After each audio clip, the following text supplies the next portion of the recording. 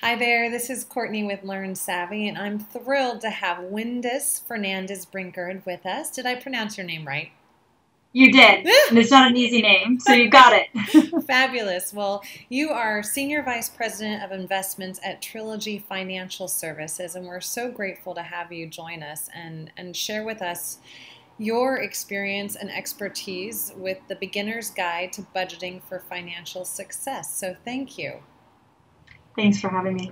Absolutely. So just a little bit, I love the intro to your class. Do budgets, financial planning, and debt management seem daunting? You don't know where to start, but you instinctually and intellectually know that you need to get your act together if you're going to be a business success. Are you afraid to really look at your financial picture?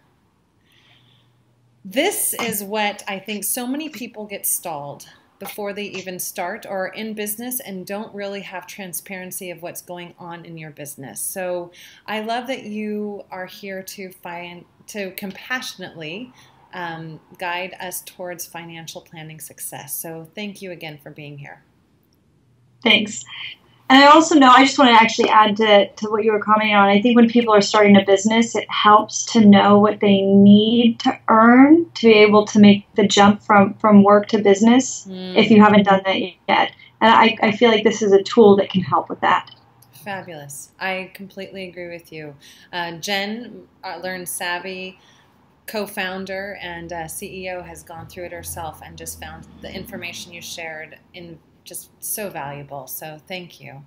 Yeah. So telling us a bit about yourself, what was that aha moment? What made you take that leap of faith and get into business for yourself? I think I stumbled into business for myself as a financial planner right out of college. I was interviewing around and I stumbled into this industry, apprenticed into it, grew a business, and I always used to tell people I was too dumb to fail because I was just I was going to make this work. But my aha moment on when I took it from, I was 5-7 years into the industry, I had a really good client base. I was doing well, okay, but I hadn't taken my business to the next level. For me, that was my aha moment, not just getting started in the business, because I think I kind of just, through a lot of really good mentors, I found my way into this business. But I became successful in this business through people encouraging me to network and get out of my own immediate circle of clients. There's a whole world out there of people that I didn't know that I wasn't getting referred to, that I was able to build very deep relationships with, networking, that have grown my business to a level I couldn't have even dreamed of when I first began. I love that. Our financial planning investor advisor guru is the person that's telling us to get out there and network. I think that's fantastic. Yeah, you have to build a name for yourself, and it takes a lot of blood, sweat, and tears. That's valuable information or suggestion. So what's been the largest obstacle for you or is currently in your business, and how have you overcome that? My biggest obstacle in business was my husband had experienced an illness that I came out of left field. One day everything was fine, and the next day things were never the same. Right. And he's fine, he's healthy now, nothing's wrong now. But it was. Good. I'm glad to hear that. It was just it was a really tough time, because it was actually literally at that moment where my business had started to become more successful. So here my business is flourishing, and it felt like my personal life and my family life was just in turmoil, and there was a lot of pressure. Right. And I think that was when I realized, like, everyone has their thing they need to overcome, and your thing or my thing's not bigger than the other.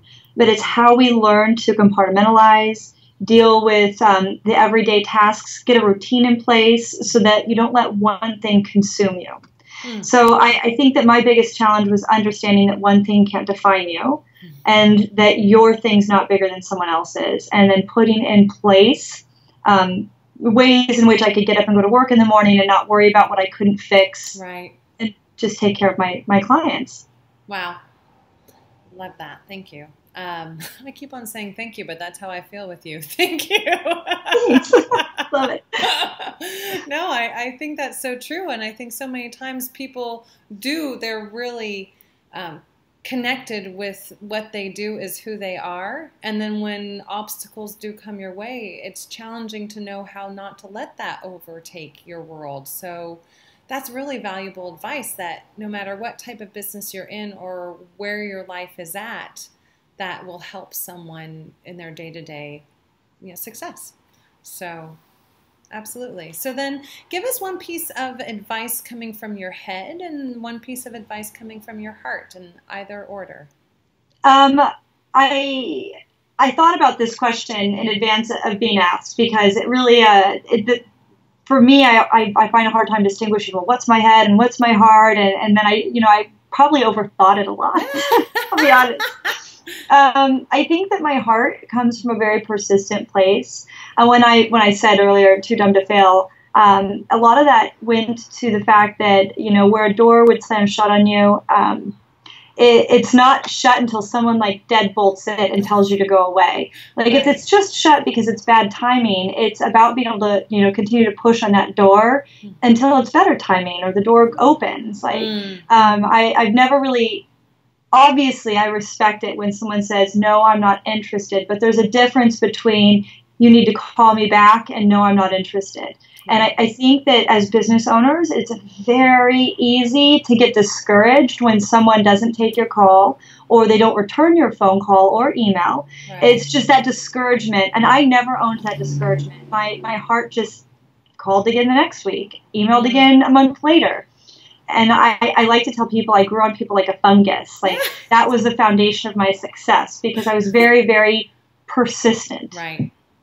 The head part of it for me was routine. Like, for me, getting up every day at the same time or close to the same time, going to bed at the same time, like, the head part of it was making sure that my body knew where I needed to be, what I needed to be doing. I feel better when I eat at the same time every day. Right. I'm obviously a very structured person, and that doesn't work for everyone. I'm not saying that you have to be that way to be successful. Right. But for me, the routine was critical. It was critical in me getting past what we were going with at home. It was critical for me when I started to get busy that I had that routine so I can put the foundation in place to be able to handle being busy. So, and it's also, the routine's been helpful for my assistant so that she knows where I am pretty much any time of the day. And that's a good place to be. So the heart is not to get discouraged, and the head needed that routine, both for health and mental sanity. I think that is crucial. And I think so many people that are more of the free spirit type, I know I've been in myself. I've been responsible with this or irresponsible with this, is thinking that structure prevents freedom. And actually, you can receive freedom from structure because it frees up your time to do what you want, not always feeling that you have to do something because you don't set the structure for you to do so successfully. Absolutely. And I have my time of like, this is going to sound funny, I have designated times for no structure. When I go on vacation, I don't even book reservations for where we're going to stay. That's my freedom, because I don't have to be anywhere. I don't have to answer to anyone. So it's probably the polar opposites of what I'm like when I'm vacationing and what I'm like at work. How nice. Now, how nice to have that separation. Yeah. Yeah. Well, Windus, we are thrilled to have you and look forward to more classes in the future. Of course, the beginning is crucial. Beginner's Guide to Budgeting for Financial Success. And thanks very much.